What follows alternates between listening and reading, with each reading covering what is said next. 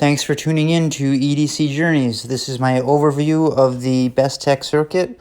Hope you enjoy. If you do, hit the thumbs up button and consider subscribing.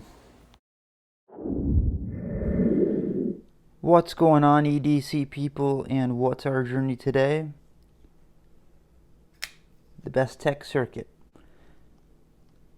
This was loaned to me by Love Them Knives, LTK. Obviously, most of you, I'm sure, know his channel. If you don't, you should look him up. I would be very surprised if you didn't. And subscribe. He was kind enough to loan me some knives to take a look at and review and give kind of first impressions to you guys. So let's just jump right into it and talk about the Bestech circuit here. This one is obviously a red G10 handle. There's black and gray. The gray does look like it's blue to me, but you know how a lot of G10 grays look blue. This one, I'm sure was purchased from White Mountain Knives. You can get 10% off with code LTK, which is his code. So if you do purchase it, $68 I believe is the retail price. You can get 10% off of that. Let's start with the specifications, I guess, which is pretty typical at this point. The blade length from tip to heel, basically, is 3 1/4 inches. The handle length is 4.33 inches for an overall of 7.56. Now, I do have natural lighting coming in here from the windows, so you may see some shade start to come in as the day continues. I apologize about that as the lighting changes, but I always like having natural light be the main source, if possible, of light because it gives a good representation of the color. Okay, so that's the lengths. Let's talk weight. In ounces, 3.5. 99.5 for grams. So 3.5 ounces, 99.5 grams. All right. It has a satin finish. They do have, I noticed what they're calling, what is it called? Titanized, I think, where they have a titanium kind of finish on it. This one is the satin variant, where you see the grind going down like this. Yeah, on the titanized, if I can even say the word, titaniumized finish, you will notice the blade will have more of like a hue like titanium, of course. Okay. Now that I've confused everyone thoroughly, let's do some simple comparisons. The best comparison I found, actually, believe it or not, was a Ganzo. In that Ganzo was the FH11 or the FH12. I have both. My FH11 is defective and doesn't have a detent and is dull because I'm going to do a sharpening video on it shortly. But if you notice, this is barely a drop point. I mean, barely. It's almost completely straight back, just like these. So the comparison is pretty simple. What else? Nothing too exact, but I do have the Cold Steel Airlight. This is UV Elementum. Let me try to put them together by pivot so that you get a good idea of the comparisons. You can see it's a little larger than the Elementum, the blade wise, especially with that belly. But the Cold Steel is a little bit larger. The handle is almost identical to the Elementum, but it's got rounding. It's got what's the word I'm thinking of? It's more ergonomic. Okay, where the Elementum is neutral and kind of flat, the Bestech circuit is rounded. That having been said,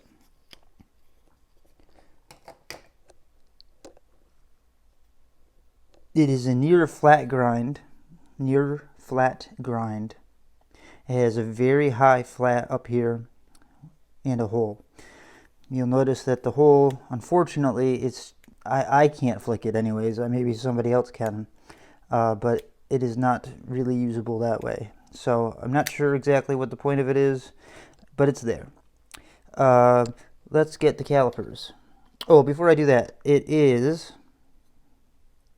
now that it's got my fingerprints all over it, it is, let's see, there it is, K110, Bowler K110, which is pretty much identical, as far as I know, to D2. I've been told that it has more properties or more elements or whatever to resist the elements, meaning it's less corrosive than D2. But I don't know how true or false that is. A lot of places basically say it's D2. It's from Austria. It's from one single company, as opposed to D2, which can be made from many factories. The K110 is made from one, but it's basically D2. Let's talk about the stock width. Oops. In millimeters, about 3.1 at its thickest. Oh, 3.25. Let me make sure I'm holding that steady. Yeah, just about 3.25. The handle is 13 millimeters, 0.51 inches, which is pretty much exactly typical of an EDC. So, it's called the circuit. I think most of that has to do with the patterning on the handle, on the scales. Obviously it looks kind of high-tech. It's got the holes, it's got the lines. It does run on bearings, and it comes out pretty well, pretty reliably. The one thing I will say, you'll notice I'm pushing it in with my finger here. It doesn't drop very well, and the only reason it doesn't is because it hits that double clutch. It is a liner lock. If you don't push the liner lock at just the right point, it'll hit the detent ball. See, there's the detent ball right there. So if you don't push it in far enough at just the right point, you won't be able to do this. What'll happen is you'll push it in like a normal knife and go to do it. Yep, and you're stuck on the detent. So you just need to push it over with your finger. Not a very big deal, but something to know. The jimping on the flipper tab is really inconsequential. It does kind of arc up like this. I've noticed that holding it towards the tip and just flipping it down like a light switch is really the best option. It's nice. It's got a little lanyard hole. It's got a deep carry pocket clip. It does have a lot of room underneath of it, so those little mushroom top screws are fine, but it would have been great if they had flattened them. It is one-sided, so it's right side tip up only. So that's all there is there. I believe, let me grab my magnet. I believe that's stainless steel. I don't think that they randomly made one thing on it titanium, but we'll check. Well, I may stand corrected. Obviously steel, and I'm getting nothing from the pocket clip. So it looks like it is a truly titanium deep carry pocket clip. As far as the way it feels in hand, I can feel it right here at the end, right at its highest. And that's kind of the cost of having a super deep clip. And that is kind of also where the point of variation came in my measurements to the website's measurements on the knife. When you measure the overall, they were counting I'm trying to show you in a way that you can actually see where the pocket clip is. So going from the tip to the pocket clip versus from the tip to the scale, which I guess makes sense, but it threw me off when I was doing my own measurements. The measurements I gave you are from the website and are the ones I'm going to stick with because they're from the website. These knives are, again, they're LTKs, so I'm basically just looking at them, giving you first impressions, and reviewing them comparatively to things that I know. Has a black back spacer. In and out of pocket is fine. The choil, that's something interesting. It's like that quarter finger choil. It almost reminds me of the Elementum, where it has that spot where you can creep up, but it's not really a finger choil. Get this off the screen so you can see. See, so the ricasso, or what I believe is called the ricasso, the grinding basically gives you room to sharpen, but it's not much because of that thinning where the, I believe the ricasso is what that's called, right? Let me know down below if I'm wrong with that name. I know there's a technical name for like this part in this part, but the bottom line is there is a sharpening choil, and you could creep up on there, I guess, if your finger was small enough like mine, but you don't want to go anywhere forward because that blade is sharp. Let's take a look at that Bestech logo, if I can get the microphone, the camera to focus. Bestech knives. And on the back, it's just the K110. Let me get my cloth and wipe all my nasty fingerprints off of it. Yeah, so you can see right there, I just popped the double clutch or whatever. I hit the double clutch as it's called. So I found it easier basically just to use the finger to push it over. And when I just settled to do that, it was much easier.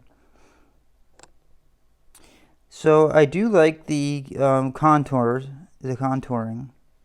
I'm trying to take a good look at those bearings to see if they are ceramic or steel. I don't know if I'll be able to see them all the way in there.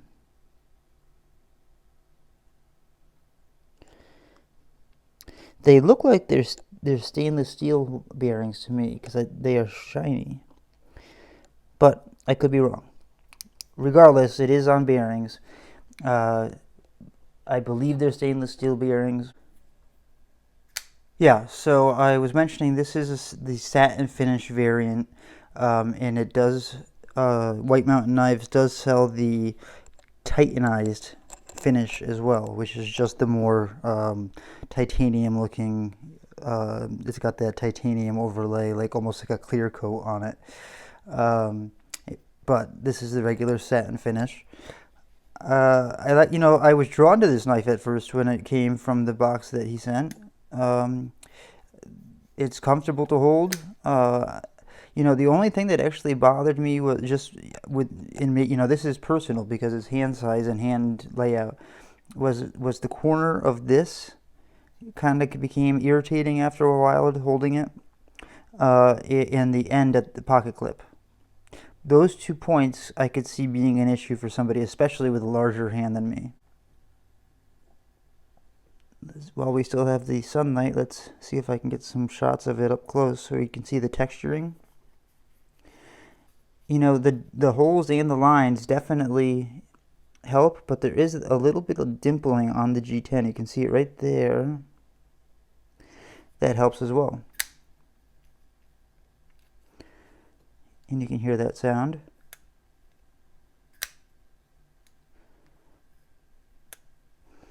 I suppose that hole you could use for a second hand if you wanted to pull it out discreetly somewhere, because the rest of it is pretty well in the pretty well nested in the handle, which is why in pocket it's pretty interesting, because you only have the pocket clip. It's really smooth. It can smush up tight to the seam of your pants, and you really only have the flipper tab messing with anything in your pocket. There's the show side pivot. Can you kind of see what I was trying to talk about? It's like a 3/4. It's like, or a 1/4, 3. it's like a quarter finger choil, but because of the grind in the ricasso, it does have a sharpening area, but it's limited. You're going to run into a thicker metal. You know, I guess that's the cost of doing business. It is only $68. With the code LTK, it's $7 off of that almost. So you're barely over $60. It's free shipping in the U.S. Guys, I don't make any commission off of this. I'm just showing you things that I think you might like. The centering, it came perfectly centered and remains perfectly centered.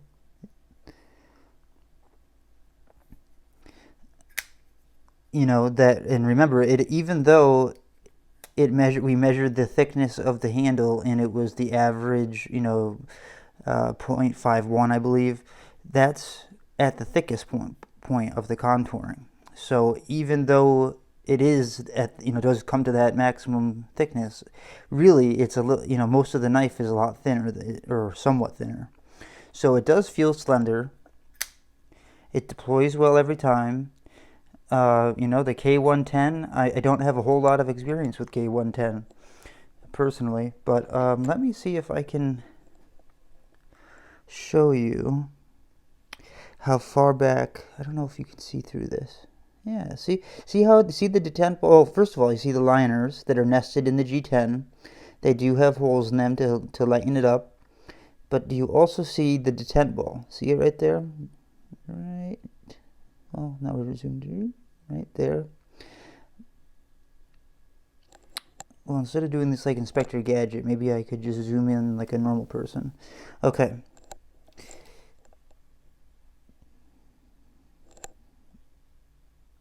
Because of how far back that D10 is, that's why it double clutches so easily. So if that detent was higher or closer to the tang, you'd be able to be over it much sooner.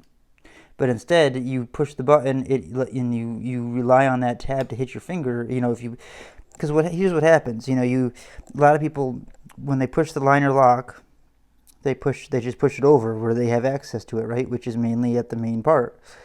Once that thumb tab hits you, or flipper tab hits you, you tend to turn around and let it drop. Let me show you another example, which I meant to show you in the comparisons, actually. The Tucson 264, which, for the record, I found out can't be called the Megalodon because there already is one from Tucson called the Megalodon that Jelly Jerry has. Damn Jelly Jerry.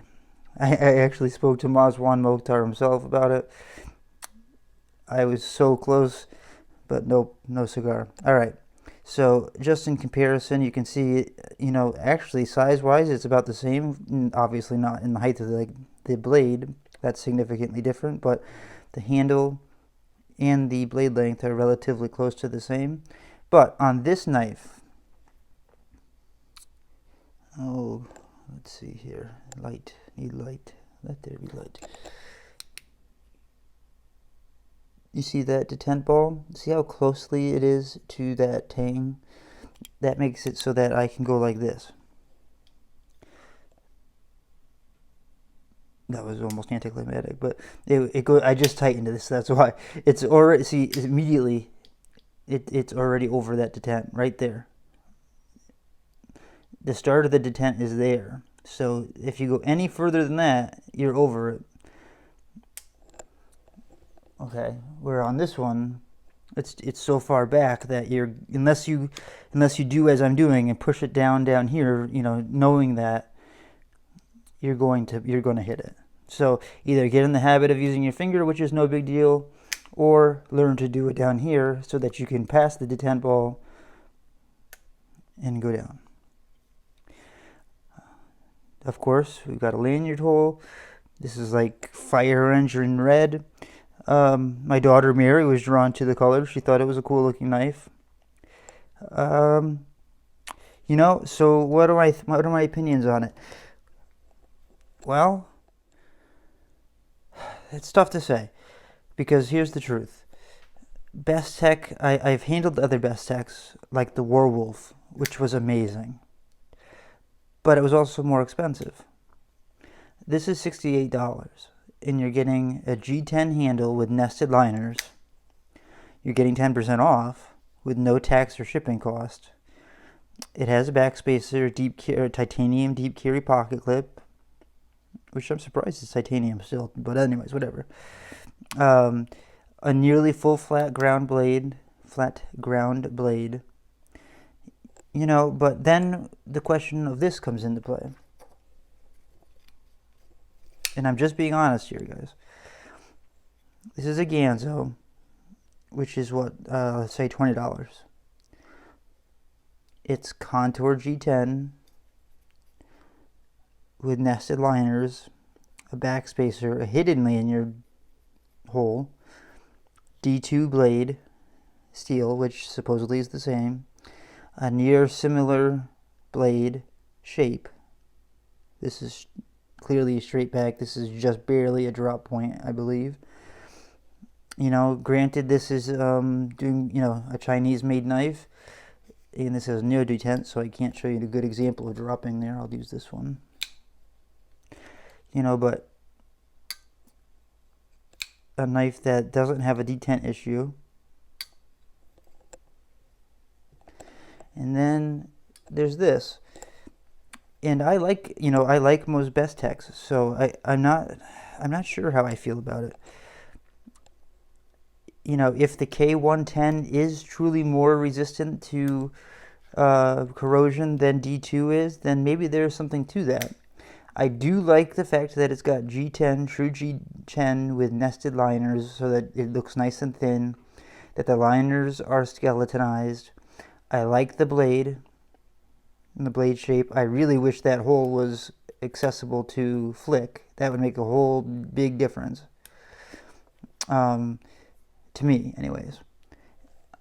And yeah, I would say if they found a way to just pop the lanyard hole in the back, just like that Ganzo knife, that would be more eye appealing, right? I mean, the hole doesn't look terribly out of place because of it, there's all these holes on this side, which do carry over on both sides. Same with the lines. There's your show side pivot, and there's your non-show side pivots, T8. You know, it's not like it's got a lot of hardware, so I'm debating, I'm going through the pros and the cons in my own head right now. I'm having an argument with myself. You know, at $60, but your business is at Bestech, but, you know, orderable through White Mountain Knives. Well, you can order Ganzo through White Mountain Knives as well. You know, I'm not sure how I feel on this yet, because there's so many G10 flipper liner locks with decent steel in or lower than that price range. So I do like the appeal of it, the look. And while we still have some natural light, I'll zoom you in on it while I continue to talk. I do like the look. I like the look of the blade. I think that the whole thing as a package is not bad, but is it worth the money? That's obviously up to you, but that's where I get hung up on it a little bit. But again, it's a pretty cool knife, and it was one of the first ones when I was going through the box that Lee from Love Them Knives sent me. It was, for some reason, my attention was drawn to this one almost immediately for some reason. So, you know, maybe there's something to be said for that. And it does have a nice deep carry pocket clip. But, you know, I'm just saying. It's hard. It's hard when you're competing with a company like Ganzo because, you know, do you want to give them any business ethically because of the things that they've done? Or do you look past that now because they've got some, you know, they're making their own designs? You know, and as far as I know, the FH11 and 12 weren't really a ripoff of anything. This is newer than that. So in comparison to those, it's hard to give this a lot of love. However, without those, it's just down to that price point, $60. It's $60 a good value for this? And I don't know. I don't know the answer. I don't have enough experience with K110, but I do like that the blade is all the way in the handle like that. I do like the looks of it. I like the whole like circuit boardy looking thing, and with the blade inside you can see that like metallic looking, it almost looks like a circuit board, right? The action on it's not bad, with the exception of the tent ball. I can't be sure on the bearings if they're steel or ceramic, and I think that they are steel, if I had to guess. I really do. Let me try to take one more look real quick here.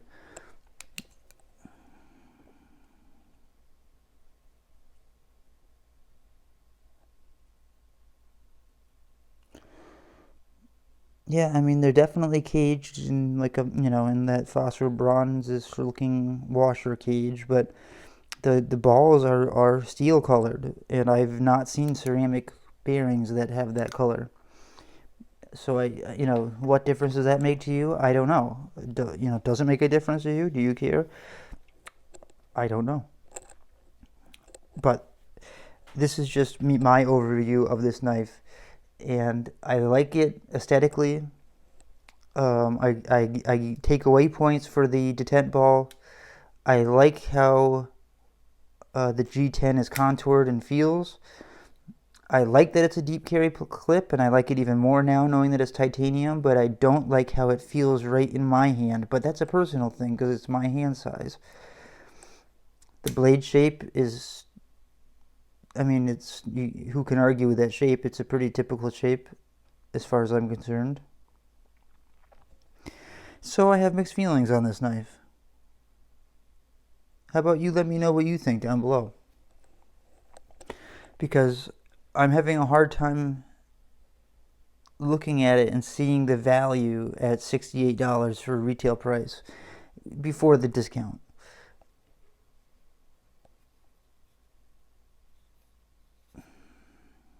I guess that's where I'm stuck, is the price point. If it were cheaper, I definitely would like the knife, and the contouring, and it's for G10 and not FRN. It's got the nested liners. It does have the patterning on the sides, so that's kind of cool. You do have the color options in case you like a different color, the gray or the black. You can get the titanized finish if you like that more. I'm mixed for an answer on this one, guys. I gotta tell you. So let me know what you think down below. Help me out with this one, because it's giving me a hard time. I don't know if $68 is the right price for this. If I ignore that price, if I pretend like it's the same price as the Ganzo, then things look a lot different. I still wish I could flick it by that hole, but it makes things look a lot different, really a lot different, because it's K110 instead of D2. For some reason, that gives me hopes that it's less corrosion, it has less corrosion, or it's more corrosion resistant. It would be more in competition with the Ganzo knives. It does have the titanium clip for what that's worth, but really, besides the look in your pocket, I mean, it is a super duper deep carry. I mean, that's all they are going to see is that clip. I don't have anything to really emulate that, do I? Well, sure I do. Well, it's a pretty poor color choice, but so you're not seeing any of the knife whatsoever when it's in pocket. But and the wideness of the clip is nice because it can catch and go over the lip of your pant pocket pretty well. I struggle with the price point, that's all. But it's tax-free, free shipping from White Mountain Knives, 10% off. I've hit a stump on this one, guys. I have an opinion on everything pretty much, but this one I'm having a hard time saying how I feel about it. So help me out. Give me how you feel about it down below. Is the price right? Is it overpriced? Am I not seeing something? Am I missing something here when I compare it to these other knives? Is there something I'm missing?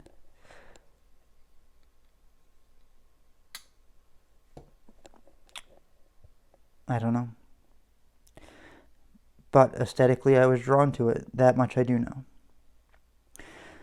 Well, guys, that'll be it for this review.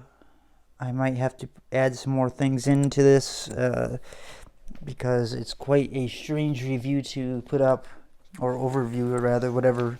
I will do this just with a piece of newspaper because I promised Lee I wouldn't hurt his knives, that they would come back in perfect shape, but just for the sake of cutting.